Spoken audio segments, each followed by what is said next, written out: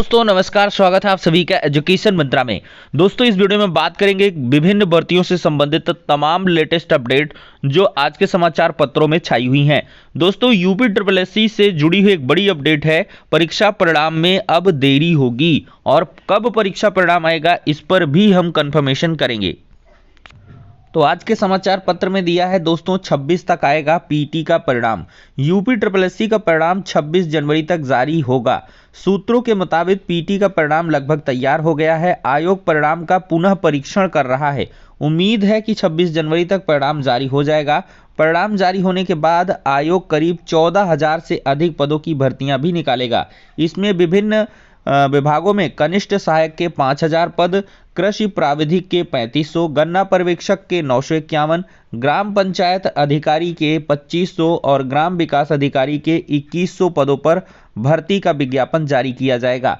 ये भर्तियां एक साल में पूरी करने की योजना भी है।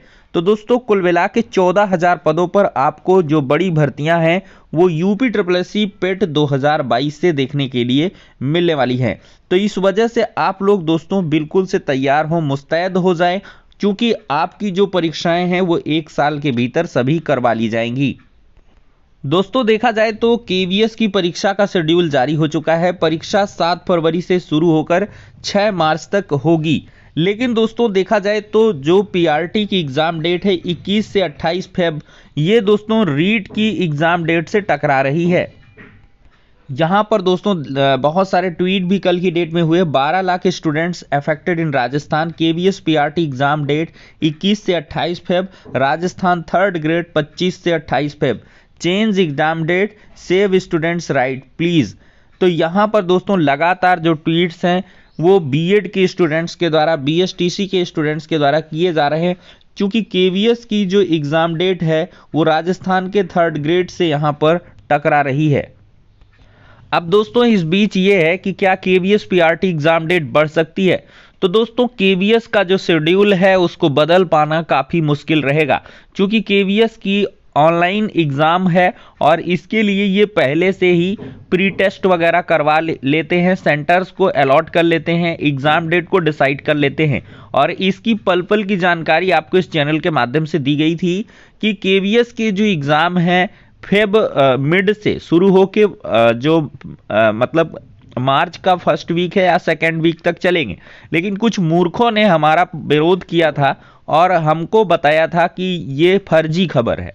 तो दोस्तों फर्जी खबर कभी भी हम डिलीवर नहीं करते हैं। हाँ, करोड़ों व्यूज हमारे चैनल पर नहीं आते हैं तो लोगों को लगता होगा कि फर्जी है, लेकिन दोस्तों हमेशा से हमने रियल और ऑथेंटिक जानकारियां दी हैं। बस यूट्यूब ने उतना हमको प्रेफरेंस नहीं दिया। यूट्यूब की अपनी बदतमीजी है जिस वजह से चैनल प्रमोट नहीं हो पाता है और अच्छे अच्छे जो इन्फॉर्मेशन है वो रियल और ऑथेंटिक तरीके से स्टूडेंट्स तक नहीं पहुंच पाते हैं।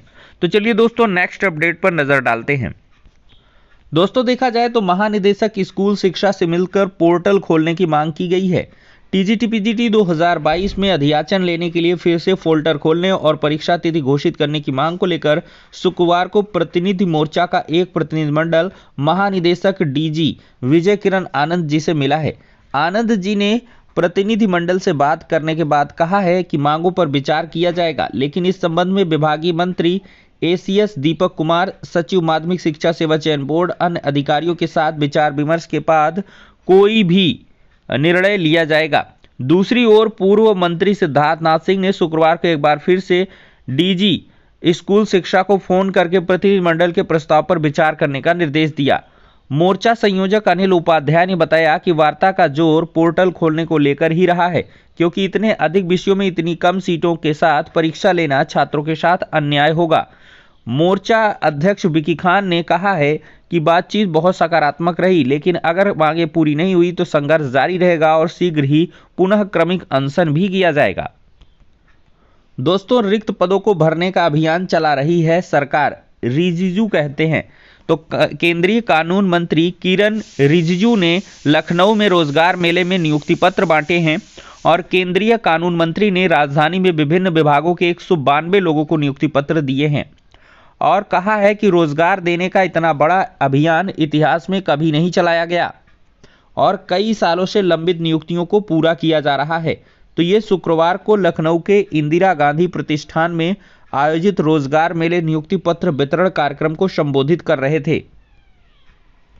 दूसरी तरफ विकास में तेजी से रोजगार के अवसर बने, ऐसा प्रधानमंत्री मोदी जी कहते हैं। पदोन्नति की अड़चनें दूर। प्रधानमंत्री नरेंद्र मोदी ने कहा कि हमारे देश के कोर्ट कचहरी के कारण लंबे से रुकी हुई पदोन्नति को बहाल करने की प्रतिबद्धता दिखाई गई है। हमारी सरकार ने केंद्र के हर काम में तेजी है। पीएम ने कहा कि आज भर्ती प्रक्रिया में जो पारदर्शिता और रफ्तार देखने को मिल रही है वह सरकार के हर काम में दिख रही है। और उन्होंने ये भी कहा है कि देश के विकास में आई तेजी से रोजगार और स्वरोजगार के नए अवसर पैदा हो रहे हैं। उन्होंने विभिन्न सरकारी विभागों में चयनित 71,426 युवाओं को वीडियो कॉन्फ्रेंसिंग से नियुक्ति पत्र बांटे हैं। प्रधानमंत्री ने नौकरी पाने वाले युवाओं से भारत की यात्रा में सक्रिय भागीदारी निभाने की अपील की है। उन्होंने कहा है कि जिस तरह कारोबार की दुनिया में कहा जाता है कि ग्राहक हमेशा सही है, वैसे ही शासन व्यवस्था में नागरिक हमेशा सही का सिद्धांत होना चाहिए। उन्होंने युवाओं से आह्वान किया है कि वे सेवा भाव को मन में रखकर देशवासियों की सेवा करें। दोस्तों, 69,000 शिक्षक भर्ती में एक बड़ी अड़चन है। 3,000 और दावेदार निकल के आए हैं। परिषदीय स्कूलों में 69,000 शिक्षक भर्ती में 1 नंबर से पास 3,000 से अधिक अभ्यर्थियों ने नियुक्ति के लिए दावेदारी की है। सचिव अनिल भूषण चतुर्वेदी ने ऐसे अभ्यर्थियों से 19 जनवरी तक प्रत्यावेदन मांगे थे, जिन्होंने 25 अगस्त 2021 तक हाईकोर्ट में याचिकाएं अपील की थी। अंतिम तिथि तक 3192 प्रत्यावेदन मिले हैं। अब इन अभ्यर्थियों के प्रत्यावेदन के निरीक्षण के बाद और 1 नंबर से सफल होने की स्थिति में इनकी नियुक्ति प्रक्रिया शुरू होगी। 6 जनवरी 2019 को आयोजित 69,000 शिक्षक भर्ती के एक प्रश्न के चारों विकल्प गलत थे, लेकिन परीक्षा नियोग प्राधिकारी के विशेषज्ञों ने एक विकल्प को सही मान लिया था। इसको लेकर दाखिल याचिकाओं में हाईकोर्ट ने 25 अगस्त 2021 को उन अभ्यर्थियों का परिणाम घोषित करने का आदेश दिया जिन्होंने इस प्रश्न को हल करने की कोशिश की थी और 1 नंबर से फेल हो गए थे। हालांकि सरकार ने हाईकोर्ट के आदेश के खिलाफ सुप्रीम कोर्ट में अपील की थी, लेकिन सर्वोच्च न्यायालय ने सरकार की अपील को खारिज कर दिया था। तो ऐसे में दोस्तों, सबसे बड़ी अड़चन है कि 1 अंक से लगभग 3,000 अगर प्रत्यावेदन आए हैं, अगर ये बहुत सही रहते हैं तो पदों को कैसे एडजस्ट किया जाएगा। और दूसरी तरफ 6800 आरक्षण सूची का भी विवाद है। तो 69,000 भर्ती में 1 नंबर से फेल अभ्यर्थियों का विवाद तो सुलझता नजर आ रहा है, लेकिन 6800 की सूची में शामिल अभ्यर्थियों को अब तक इंतजार है। पिछड़ा वर्ग आयोग के फैसले के बाद सरकार ने 5 जनवरी 2022 को आरक्षित वर्ग के 6800 अभ्यर्थियों की चयन सूची जारी की थी। इनका मामला कोर्ट में लंबित है। अफसरों का कहना है कि 69,000 भर्ती में पद भर चुके हैं। ऐसे में इनके भविष्य को लेकर दुविधा बनी हुई है। अब देखते हैं दोस्तों, सरकार का क्या कुछ स्टैंड रहता है। दोस्तों, देखा जाए तो परिषदीय विद्यालयों में वर्ष में 2 बार जिले के अंदर तबादले होंगे। पारस्परिक तबादलों के लिए पूरे शैक्षिक सत्र में आवेदन लिया जाएगा। इसका जो शेड्यूल है वो जारी हो चुका है। तो इससे अब एक स्थिति साफ हो चुकी है कि बहुत जल्द जो तबादले हैं उनका काम शुरू हो जाएगा। फिर ट्रांसफर प्रमोशन भी होगा और साथ ही साथ इन सारी स्थितियों के बाद जायजा लिया जाएगा कि विषयवार गणित और विज्ञान के शिक्षकों के तबादले इत्यादि को लेकर क्या कुछ स्थितियां बन रही हैं, कितने नंबर आप पोस्ट वैकेंट हैं, और फिर नई प्राथमिक शिक्षक भर्ती का विज्ञापन भी जारी किया जा सकता है।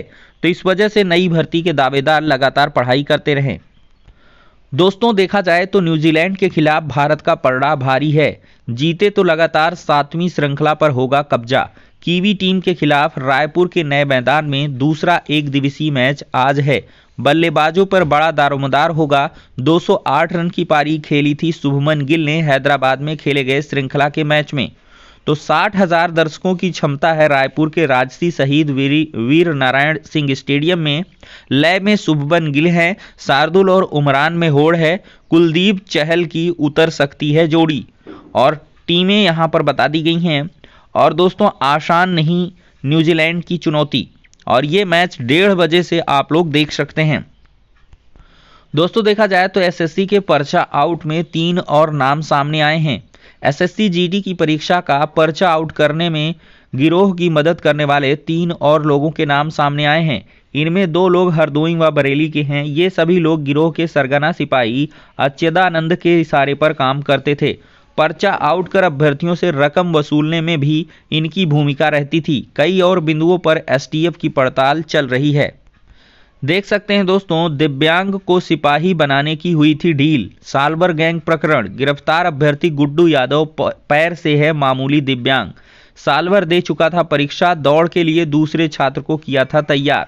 तो ये सीटीटी पर्चा लीक का मामला, कोचिंग संचालक के मोबाइल से खुलेगे राज।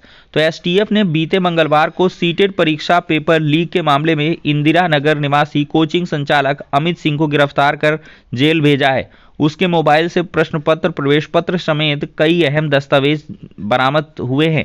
एसटीएफ की जांच में सामने आया है कि अमित ने अपने एक मोबाइल का पूरा डेटा डिलीट कर दिया था।